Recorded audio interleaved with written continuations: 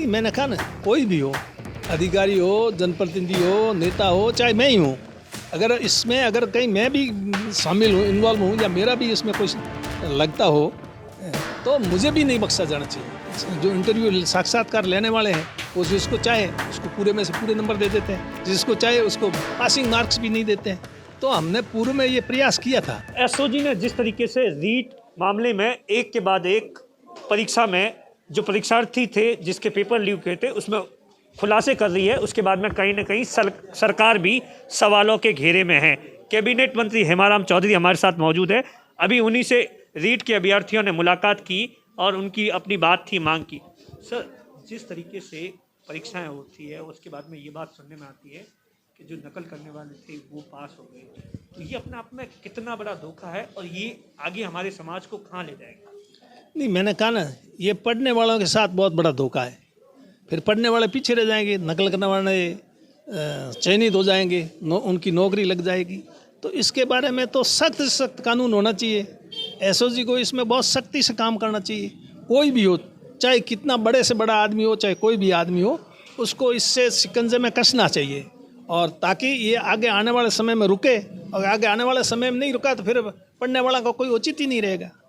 Sir, जिस तरीके से इस मामले में, रीट के मामले में कई ऐसे नाम हैं जो सरकार के अंदर अधिकारी है उनके आ रहे हैं, कुछ नेताओं के भी नाम आ रहे हैं, तो क्या कुछ आपकी मांग रहेगी इन सब चीज़ों को लेकर, इन अभ्यर्थियों के भविष्य को लेकर? आप सरकार के लेवल पर क्या कुछ मांग करेंगे?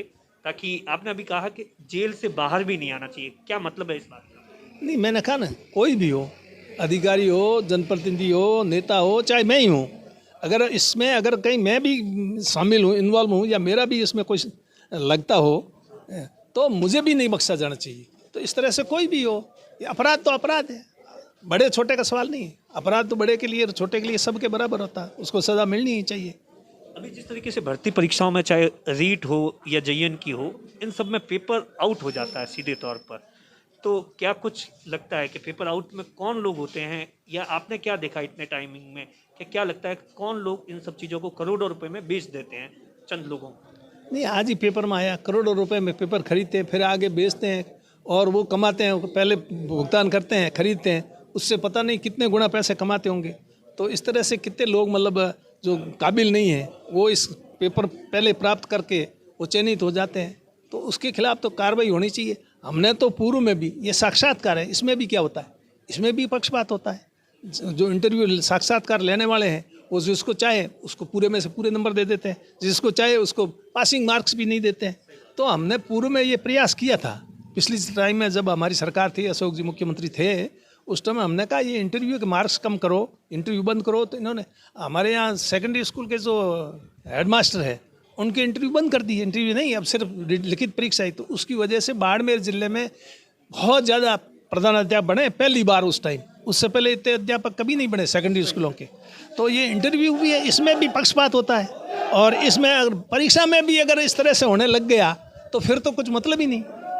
शिक्षा मंत्री से क्या कुछ बातचीत हुई अभी? मेरी शिक्षा मंत्री से बात हो गई है, शिक्षा मंत्री जी प्रयास कर रहे हैं। वित्त विभाग का मामला है, शिक्षा मंत्री जी के स्तर से इसका निर्णय होना नहीं है, इसलिए वो इसके प्रयास में लगे हैं। वित्त विभाग से इसकी मंजूरी मिलेगी तभी जाकर के पद बढ़ पाएंगे।